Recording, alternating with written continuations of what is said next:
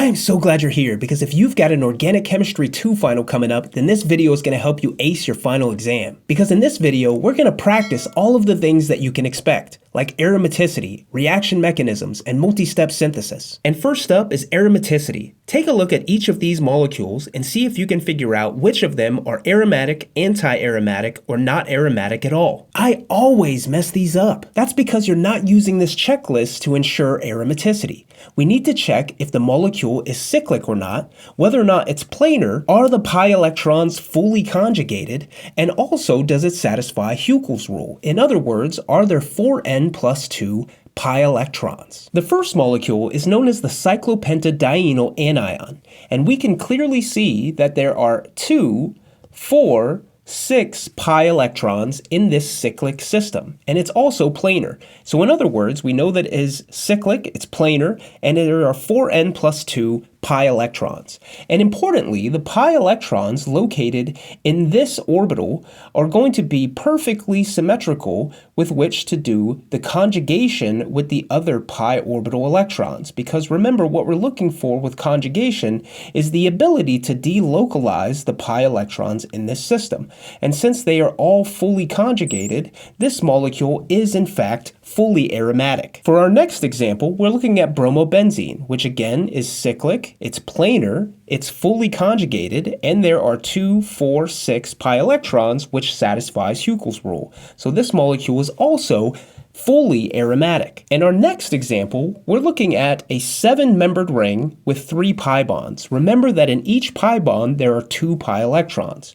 So we have 2, 4, 6 pi electrons. So we do satisfy Hückel's rule. We see that this is a cyclic molecule. And in fact, the only thing that's stopping us from being aromatic is the fact that at this carbon position, since this is sp3 hybridized, it cannot be in conjugation with the rest of these pi electrons. In other words, this is not going to be an aromatic molecule. In our next 2 examples, we're looking at different derivatives of what's known as pyridine. We can see that in this similar to benzene structure, there are 2, 4, 6 pi electrons. So we satisfy Hückel's rule in this cyclic and planar molecule. And importantly, each of these 6 pi electrons are fully conjugated to one another. Now, the thing that stands out that often students get tripped up on is the fact that there is this set of a lone pair of electrons located here. But importantly, what has happened is that those lone pair of electrons are actually perpendicular to the rest of the pi system. So those 2 lone pairs of electrons, or that lone pair of electrons, is located inside of an orbital that's perpendicular to the pi orbitals that are in this conjugated system. So in other words, these don't actually matter for what's happening inside of this aromatic system. So this molecule is also aromatic. Now what we see in our next example is that since there's an additional substituent to nitrogen, that means that there are 4 bonds at nitrogen and no lone pairs, that this is going to make the nitrogen positively charged. However, the bond that was formed with this methyl group actually took place with this set of electrons that was located in the perpendicular orbital, which means that none of the conjugation was disrupted within this system, so this molecule is also fully aromatic. So when doing these types of problems, it's important that you don't just guess. Actually use this checklist to help you out. So if I vibe check it, I'll fail. If you vibe check aromaticity, it'll humble you. Okay, but Orgo 2 kind of feels like everything, all at once. That's because it is. It's all built on patterns, and they start to stack up. So if you want even more practice after this, check the link in the description for my Organic Chemistry Survival Kit. It's got practice exams, reaction mechanisms, flashcards, answer keys with explanations, and everything you need to get an A on your exam. Now let's test reaction recognition. Which of these reactions actually work? There's only one correct answer. Each of these are either real examples or a little bit messed up examples of reactions that you would have encountered in your organic chemistry class. This feels like a trap. The first example is the addition of an HBr across an alkene. And if we were just using HBr, this would be correct. However, since we're using peroxides, this method actually produces a less substituted version that doesn't follow the Markovnikov rule.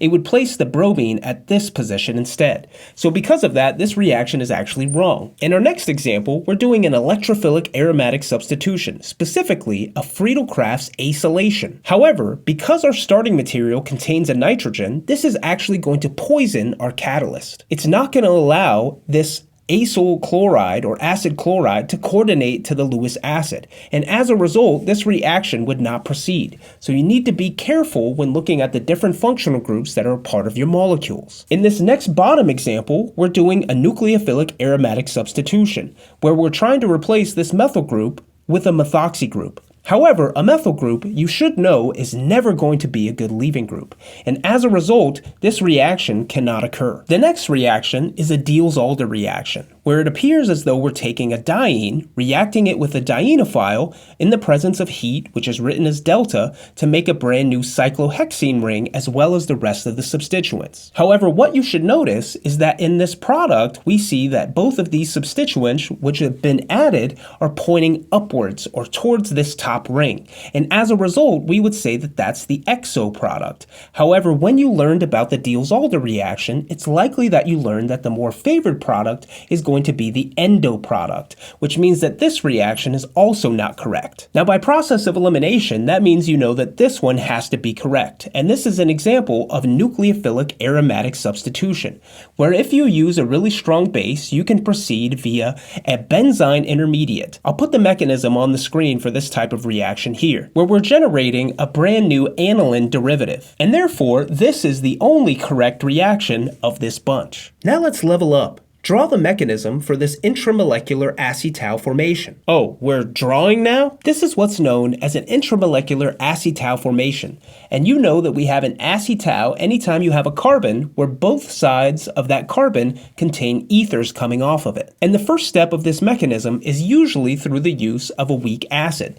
where our carbonyl group, like an aldehyde or a ketone, can be protonated in order to generate a more electrophilic carbonyl compound. So the first product of this transformation is going to be a protonated aldehyde, where the oxygen becomes positively charged. And what this does is turbocharges the electrophilicity of this electrophilic carbonyl carbon, which means it can be attacked by weak nucleophiles. And since our molecule contains an alcohol or a hydroxyl group, this can serve as our weak nucleophile, where the lone pair of electrons on this oxygen will come and attack this carbonyl carbon by kicking up the pi electrons to oxygen, leaving that as neutral. And the product of this step will now contain that hydroxyl group since we kicked up those pi electrons. Here we can find the oxygen which attacked it. However, remember there's still a hydrogen there, and since there will be 3 bonds at this oxygen, it will now be positively charged, which is how we conserve charges in our mechanism. Next we see that there are 1, 2, 3, 4 carbons. So we have 1, 2, 3, 4 carbons. Next, what can happen is our methanol, which we also have in our system, can come and deprotonate this hydrogen to give us a neutral molecule. And this is going to be what's known as a hemiacetal.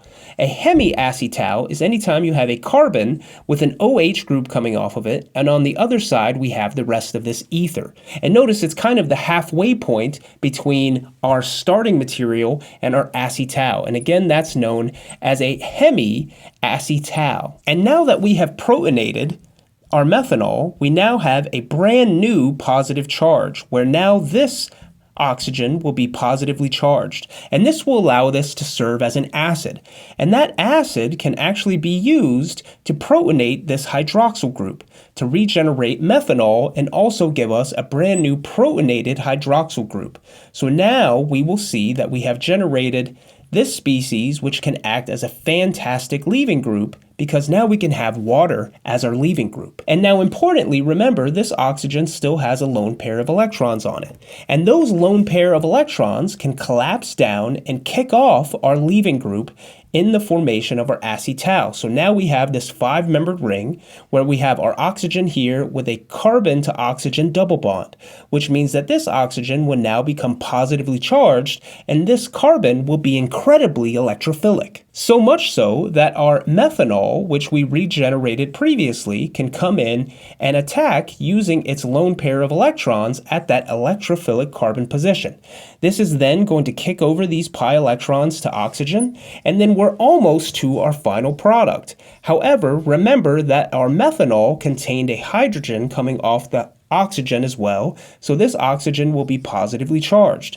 And then the rest of the molecule will look like this. And then for our final step, all we need to do is come and deprotonate that species, where another molecule of methanol can come and deprotonate it, giving us our acetal and generating this final product, which is known as an acetal. So the molecule just attacks itself? Exactly. When this happens, organic chemistry is very self-sufficient. All right, final challenge. Let's design an efficient synthesis for this compound, starting from toluene and using any other reagents you wish that contain 5 atoms of carbon or fewer. Importantly, this synthesis can be carried out in about 4 steps. Now, most of this multi-step synthesis is going to involve electrophilic aromatic substitution. Oh, I'm actually sweating. There's no need to panic. We can quickly identify that we're not only changing the CH3 group to a carboxylic acid, but we're also adding on some substituents, particularly the bromide and an NH2 group. If you have trouble remembering all the different electrophilic aromatic substitution reactions that are possible, remember to check out the Organic Chemistry Toolkit down below. Remember that methyl groups are going to be electron donating, and therefore they are ortho-para directing.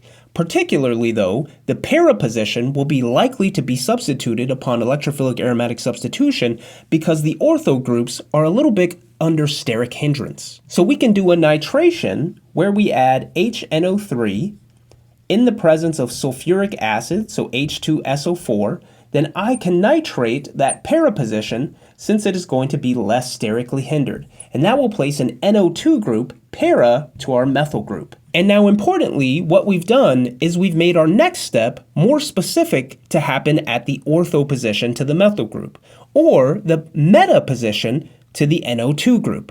And that's because both of them, this one being an ortho-para director, the para position is blocked, therefore the ortho position is going to be preferred, and the meta position being preferred because of this location of the NO2 group, which is an electron withdrawing group, that is going to direct it to this exact same position. So if we add Br2 and iron tribromide, or FeBr3, this means that we're likely to get exclusively ortho substitution to that methyl group. And therefore, this means that we'll have our NO2 here, our CH3, and now we have added on the bromine that we need in our final product. One of the ways that we can turn a methyl group into a carboxylic acid is through oxidation, using something like potassium permanganate, or KMNO4. This actually fully oxidizes that alkyl chain and turns it into a carboxylic acid. So we can place our carboxylic acid using KMNO4. And importantly, this actually is not disrupted by anything located on our benzene ring, because NO2 is going to have no impact on this oxidation. And that means in order to get to our final product, all we have to do is turn a nitro group into an amine. And for that, we can use tin and hydrochloric acid. And this will serve as a reductant to reduce NO2 to NH2, giving us our final product. And importantly, we needed to do these last 2 steps in exactly this sequence, because if we were to reduce our NO2 to NH2 first and then try to oxidize, what would end up happening is that this NH2 would just go back to being an NO2. So if you can quickly identify aromatic compounds, understand reaction patterns, draw reaction mechanisms, and perform organic synthesis, then you're ready for your final exam. But if you still need more practice, you can check out this video, this playlist, or my organic chemistry survival kit down in the description. Because like I said before, students who get A's in organic chemistry don't just memorize, they practice. So make sure that you're subscribed to the channel so that you never miss out on another video, and I'll see you next time.